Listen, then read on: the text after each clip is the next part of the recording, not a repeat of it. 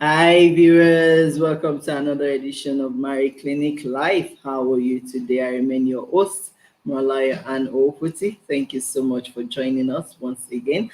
Thank you to all our new members for joining us on our Facebook platform. Thank you to all our new subscribers for also joining us on our YouTube channel. Thank you so much. Please don't forget to subscribe to our YouTube channel, Marriage Clinic TV, if you are yet to do so.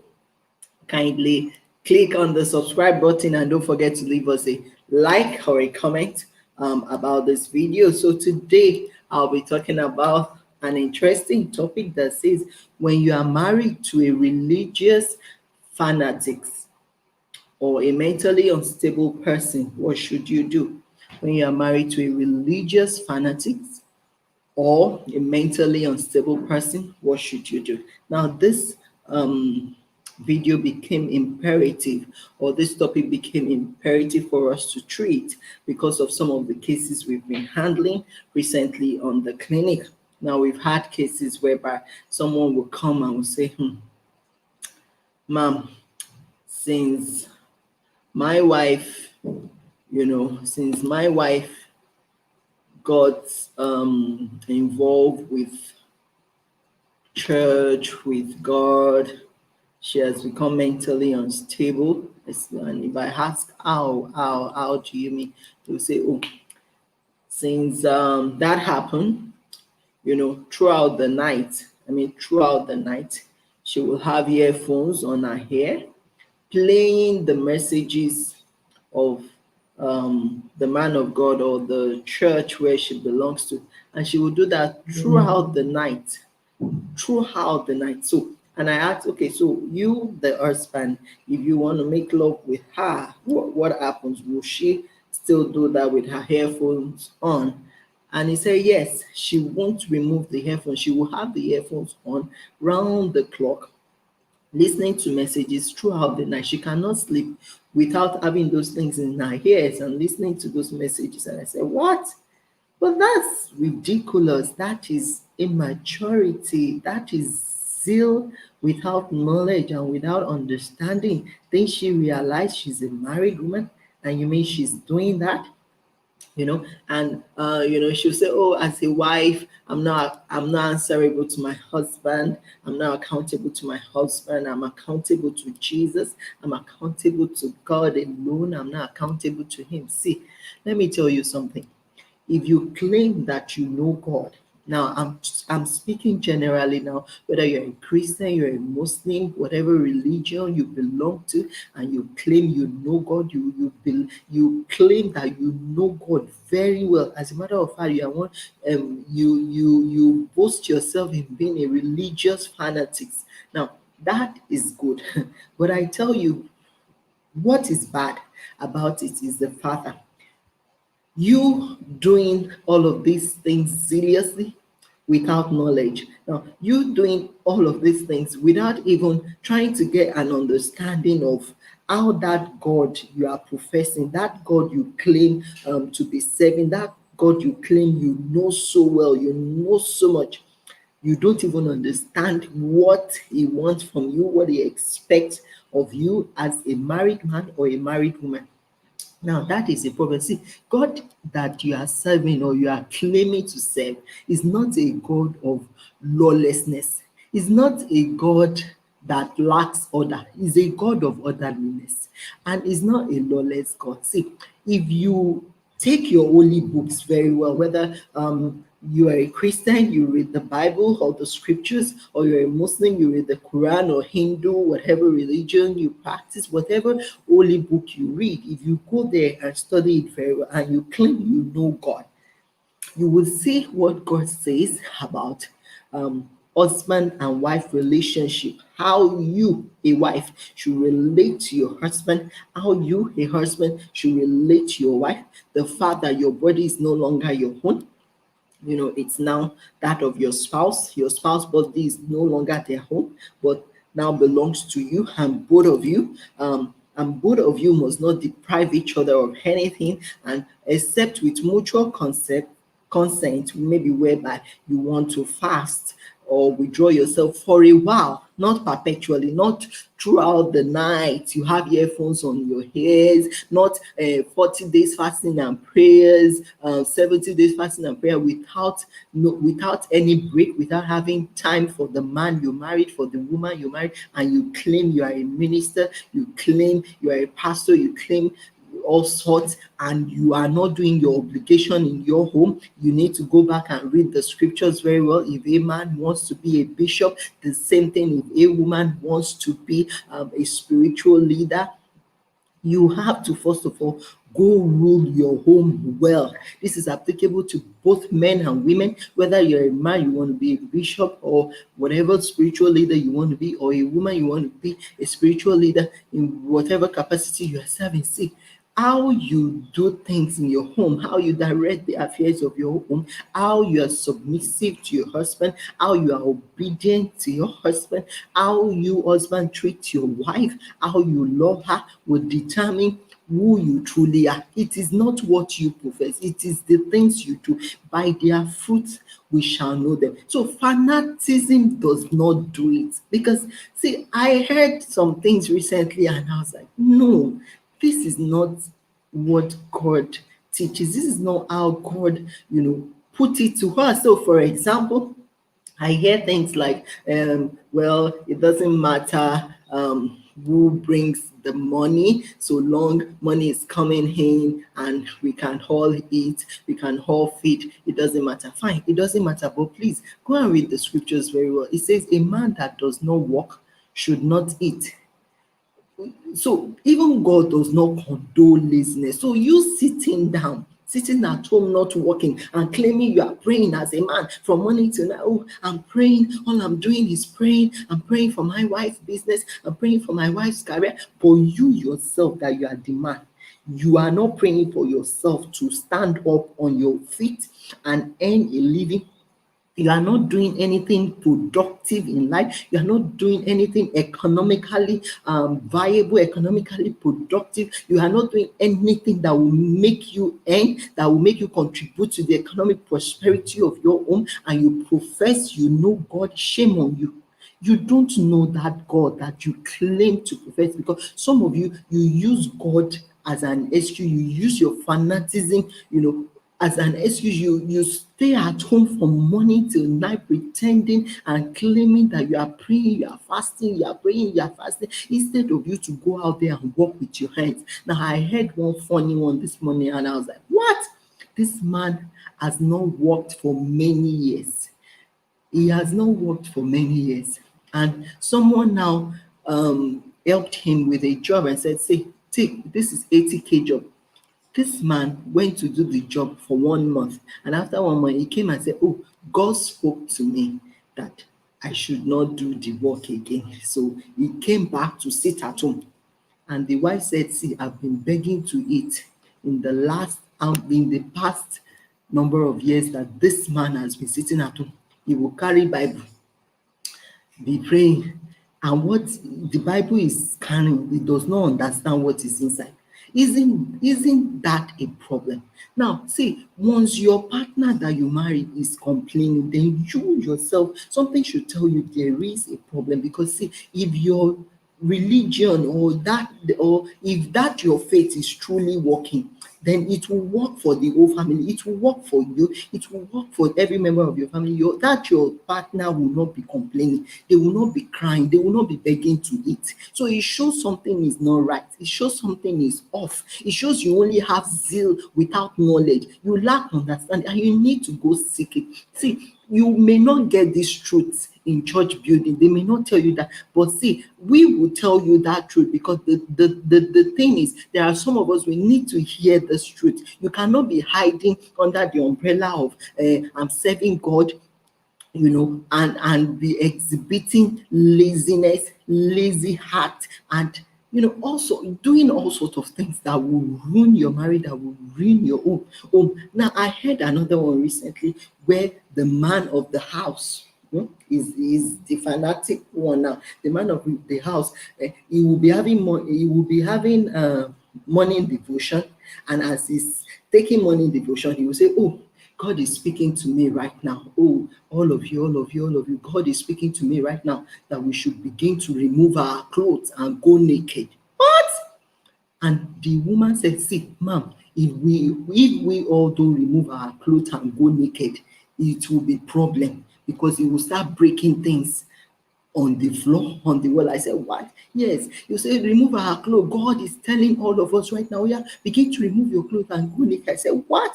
I said, even in front of the children, she said, yes, all the children together with me, with him, we will all now go naked and start praying. I said, seriously, that is madness. That cannot be God. That is an unclean spirit that's taking over him. That cannot be God. At times, she said that in the night, they may be sleeping at 2 a.m. This man will come and wake them up, wake them up. I say, all of you, stand up, stand up, stand up. There's a demon trying to come into this house. Let's close the window. Let's close the window. There's a demon trying to come in. Please stand up, stand up, stand up. All of you, stand up, stand up. That he may just say, oh, let's start praying, let's start praying. And he will go outside at the middle of the night into the compound and start shouting, you demon in this compound, disturbing all the neighbor. Hey, please, who taught you that kind who taught you that kind of religion? Who taught you that kind of faith? Go study your Bible very well. That wasn't how, the patriarch, even Jesus, that wasn't how they painted this religion to us. Stop manipulating things. Stop turning the scriptures upside down. The woman went as far as telling us that at times it may just wake up in the morning and say, oh, God spoke to me that all our clothes, we should pack it out and burn it. What? All our clothes, pack it out and burn it. And he will go pack out all their clothes, including that of the children, the wife. He will pack it outside the house and burn everything. And they will now start begging for clothes to wear. Please, how can that be the Spirit of God? How can that be the Spirit of God talking to you? You are a fanatic. As a matter of fact, an unclean spirit is dwelling in you. You need to go seek wisdom. You need to go seek understanding. You are confusing your children. You are confusing your spouse. You are tired. They are sick and tired of living with you. You are a disgrace to society. The faith you are professing, they don't see. You are not representing it well. Because that is not how God taught us. It's so pathetic when we hear these things. And because of that, you are ruining your marriage, inflicting pains on your children, inflicting pain on your spouse. That is ridiculous. Please, it's not just by confession that I've given my life to Christ that makes you to know God. Excuse me. You have to still sit with the scriptures. You have to still sit with whatever holy book you claim you know, you know, or you have, and sit with it, understand it, and get mentorship. Get people that will teach you the truth of the scriptures, not the one that will just teach you the one that will favor them or the one that they want to see.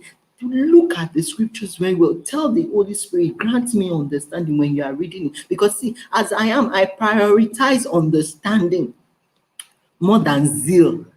Understanding, when you have understanding, you will have wisdom. When you have understanding, you will have knowledge. That is the truth. Seek understanding in all you're getting. Get wisdom, get understanding. It's not zeal. Zeal is not enough. Now, I heard another one today that when I heard it, I was just too angry about the man that will wake up again and say, God just spoke to me that all the appliances in this house, we should go and sew it to church.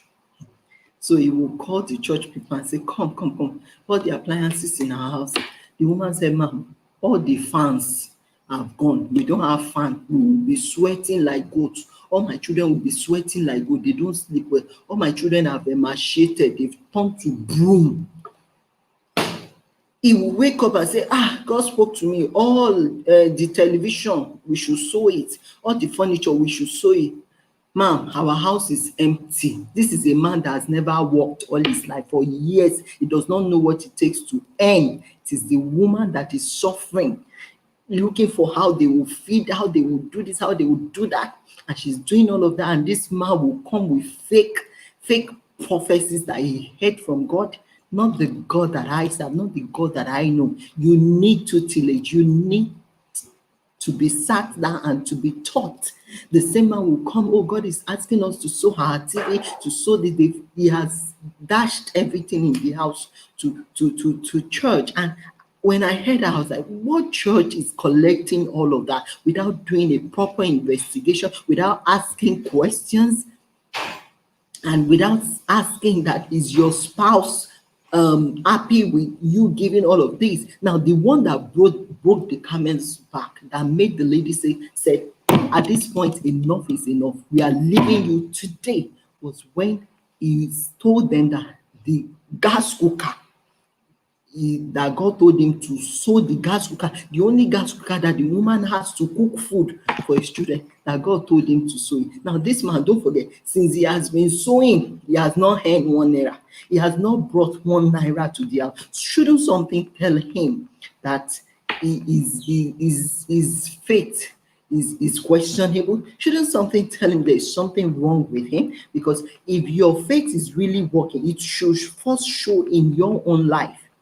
And others around you should not be unhappy about the fact that you are practicing a particular faith. They should actually see in your life that this your faith is helping you, and they will now choose to follow, that your faith or that your God. But when you are doing things that is making them to say, if this is how this your God is, I will not follow, then that is a problem. So you as a man or a woman, please check yourself. And if it's a case of you being mentally unstable, please get help. And this is not spiritual help. When you're mentally unstable, please go to a psychiatric home. Get a psychologist to attend to you. It's not by you going to sit in spiritual buildings and praying, hitting your head on the wall. No. When you have mental problem, when you're unstable mentally, you go seek mental help.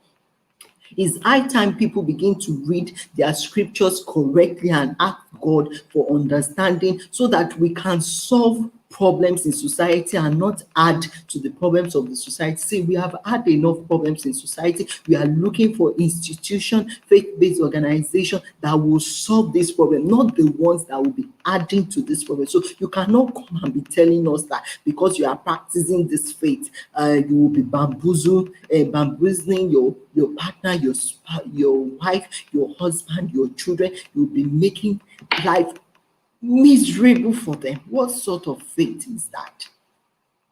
I wish above all things that you be in health and you prosper, even as your soul prospereth.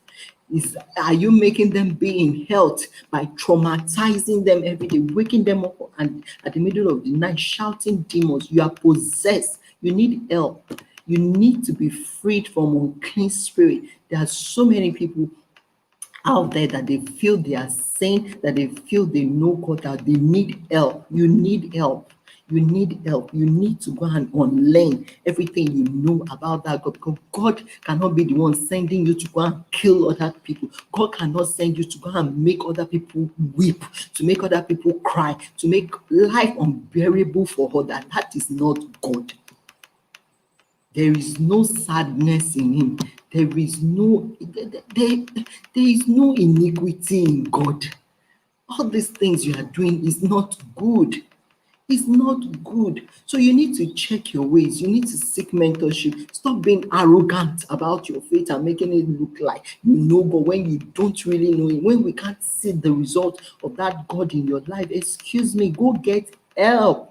And appropriate help. Now, you as a spouse, when you are married to that kind of a person, please don't take it with levity. Don't just look and be obeying them sheepishly and and maybe doggedly and be looking at them like, oh, truly God is speaking to them. No, when you notice those kind of questionable character, please address it. Look for sane people that can speak the truth to that partner, that not people that will play diplomacy with serious matter. Look for people that will speak the truth to that partner, that will put them straight. Let them get help. Let them get mentorship. And if it's a case of being mentally unstable, please refer them to a psychiatrist. Let their families know that this person needs mental aid, mental help, that they need mental help. This is not the question of taking them to church to tie them down somewhere for deliverance. No, let them go get mental help. Let them go for rehabilitation.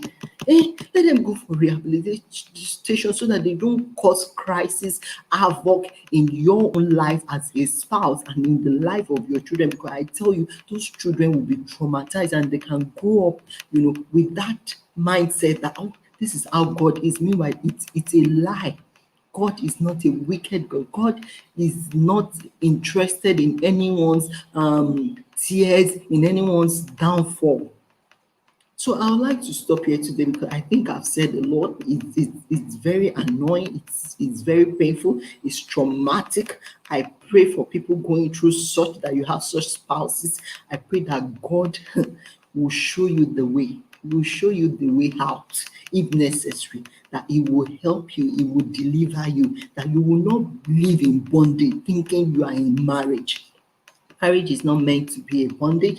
If it's beginning to look like one, please talk to God. He will show you the way. He will show you what next to do. As much as people cry and say God hates divorce, God equally hates iniquity. He hates atrocities. He does not like when people are manipulative and they are putting others in bondage. That is not the God that I serve. That is not the God that I know. So please, let's get understanding. Let's get all these things straight so that we don't make life unbearable for others. I would like to stop here now. I remain your host, Molai and Oguti. Please don't forget to subscribe to our YouTube channel for more. Till we meet again, I say bye bye.